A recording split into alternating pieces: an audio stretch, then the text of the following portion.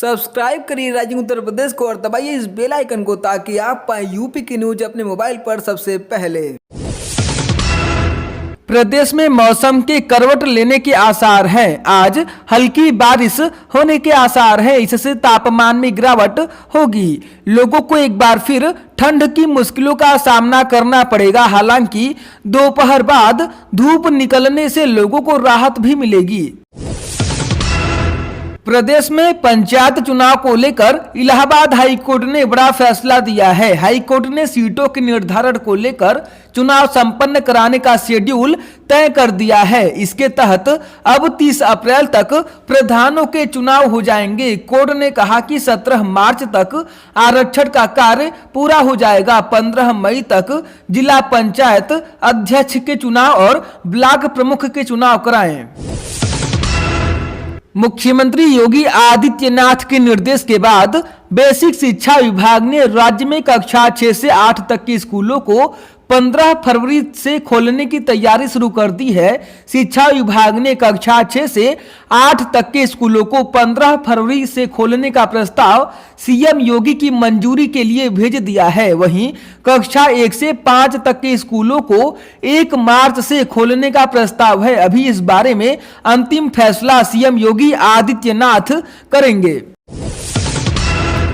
PM Modi के छोटे भाई प्रहलाद दामोदर दास मोदी अयोध्या पहुंचे। इस दौरान वे कृषि कानूनों के खिलाफ दिल्ली की सीमाओं पर चल रहे किसान आंदोलन को विदेशी सेलेब्स द्वारा समर्थन दिए जाने पर अपनी नाराजगी जताई। प्रहलाद मोदी ने कहा कि विदेशी कलाकारों व अदाकारों का मकसद सिर्फ मोदी सरकार की छवि विश्व में बिगाड़ने की है, लेकिन इसका असर देश में पड़ने वाला नहीं है। केंद्र सरकार व किसानों के बीच वार्ता से ही इसका हल निकलेगा। कांग्रेस महासचिव प्रियंका गांधी वाड्रा रामपुर जा रही थी। रास्ते में एक हादसे के बाद प्रियंका गांधी वाड्रा अपनी गाड़ी का शीशा खुद साफ करती नजर आई।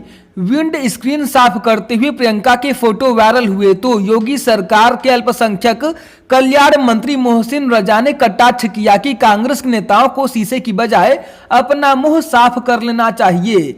प्रियंका जब रामपुर की तरफ जा रही थी तो उनके काफिले की गाड़ियां टकरा गईं। हादसा इसलिए हुआ क्योंकि प्रियंका की कार का शीशा साफ नहीं होने की वजह से उनके ड्राइवर को विजिबिलिटी में दिक्कत हो रही थी। ऐसे में हापुड़ के पास ड्राइवर ने अचानक ब्रेक लगा दिए तो उनके पीछे चल रही गाड़ियां भी रोकनी पड़ी, जिससे वे आपस में टकरा गई। राहत की बात यह रही कि कोई भी जख्मी नहीं हुआ। दरअसल प्रियंका गांधी वाड्रा ने रामपुर में किसान नवरीत सिंह के परिवार से मुलाकात की। नवरीत की मौत 26 जनवरी को दिल्ली में आंदोलन के दौरान ट्रैक्टर पलटने से हुई थी।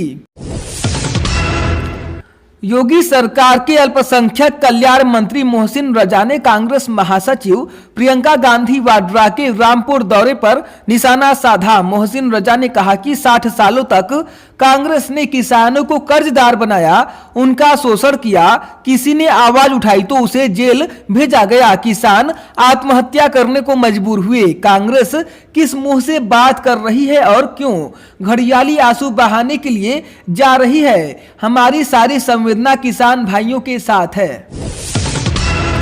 पीएम मोदी ने वीडियो कॉन्फ्रेंसिंग के माध्यम से गोरखपुर में हो रहे चौरी चौरा कांड के शताब्दी समारोह की शुरुआत की। इस ऐतिहासिक घटना की याद में योगी सरकार यह समारोह मना रही है। इस मौके पर भी पीएम मोदी किसानों का जिक्र करना नहीं भूले। उन्होंने कहा कि देश की तरक्की के पीछे किसान ही है। उन्होंने चौरी चौरा संघर्ष में भी भूमिका निभाई थी। बलरामपुर में बोरिंग कर रहे 3 मजदूर खेत के ऊपर से गुजर रही हाई टेंशन लाइन की चपेट में आ गए।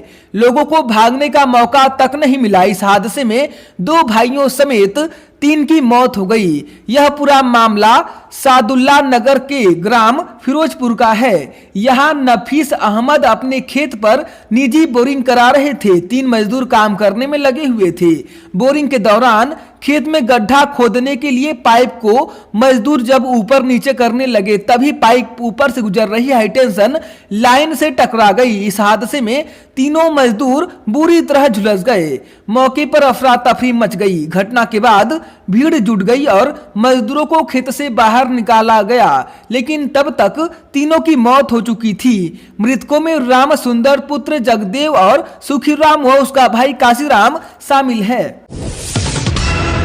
पशुधन विभाग में घोटाला मामले में आरोपित आईपीएस सेन को 24 घंटे के रिमांड पर पुलिस दोपहर हजरतगंज कोतवाली लेकर पहुंची। अरविंद सेन कोतवाली के लॉकअप में रखे गए हैं। पुलिस उनके आवाज का नमूना आज लेगी। 27 जनवरी को अरविंद सेन ने कोर्ट में सरेंडर किया था, जहां उन्हें 14 दिन के लिए न्यायिक हिरासत में जेल भेज दिया गया था। पुलिस की अर्जी पर कोर्ट ने 1 दिन की रिमांड मंजूर की थी। अलग अलग क्षेत्रों में कई रिकॉर्ड बना चुके प्रदेश ने अब विश्व में राष्ट्र प्रेम का भी ऊंचा झंडा फहरा दिया है। अभियान के रूप में राष्ट्र गीत को गाने के मामले में चीन ने जो रिकॉर्ड 29 दिन में बनाया था, उसे प्रदेश के निवासियों ने महज 2 घंटे में ही तोड़ दिया।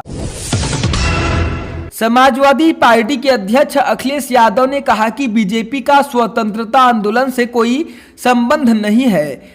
बीजेपी केवल दिखावटी चर्चा करती है। स्वतंत्रता आंदोलन की चर्चा करना ही पर्याप्त नहीं, बल्कि स्वतंत्रता सेनानियों के मूल्यों को अपनाकर उन पर चलने का संकल्प भी लेना चाहिए। अखिलेश यादव ने कहा कि प्रतिबद्धताएं व उसकी प्राथमिकताएं तय करने के साथ ही उन पर पूरी निष्ठा रखते हुए मन, कर्म और वचन से समर्पण करना होता है। भाजपा सरकार लोकतांत्रिक व्यवस्थाओं को कमजोर कर स्वतंत्रता सेनानियों के सपनों को नकार रही है। लखीमपुर के थाना फरधान क्षेत्र में बीती रात को अज्ञात वाहन चालकों ने हजारों मृत मुर्गे फेंक कर चले गए। इन मुर्गों को भी खाने वाले लोग बोरियों में भरकर घर भी उठा ले गए। इससे क्षेत्र में बर्ड फ्लू संक्रमण की आशंका गहरा गई है। गोला लखीमपुर रोड पर रुकंदीपुर के पास जब लोगों का आना जाना शुरू हुआ तो उनकी नजर सड़क किनारे हजारों की संख्या में मरे हुए मुर्गों पर पड़ी। जिले में बर्ड फ्लू की पुष्टि है, लेकिन इसके बाद भी बेखौफ आसपास के 4-5 गांव के लोगों ने इन मरे हुए मुर्गों को ही झोले में, बोरी में और हाथ से घर लेकर जाने का सिलसिला शुरू कर दिया। इससे पहले कि किसी जिम्मेदार की भनक लगती तब तक गांव वाले सारे मुर्गे ही पार कर दिए। अब इस घटना के बाद फरधान इलाके के 5 गांव में बर्ड फ्लू के संक्रमण का खतरा मंडरा रहा है। अयोध्या पुलिस ने सेना के गोपनीय दस्तावेज का अवैध संकलन करने में एक युवक को गिरफ्तार किया है। पकड़ा गया युवक कैंट थाना अंतर्गत सदर बाजार का रहने वाला है, जिसका नाम आरिफ हुसैन है। आरिफ की गिरफ्तारी मिलिट्री इंटेलिजेंस के इनपुट के बाद की गई है। आरिफ स्टेशनरी व फोटो स्टेट से जुड़ा कार्य करता है। सदर बाजार में उसकी दुकान है। आर्मी के दस्तावेज आरिफ की दुकान पर अवैध रूप से होने की सूचना एमआई को मिली थी, जिसके बाद वह सेना की खुफिया एजेंसी के निशाने पर आ गया था।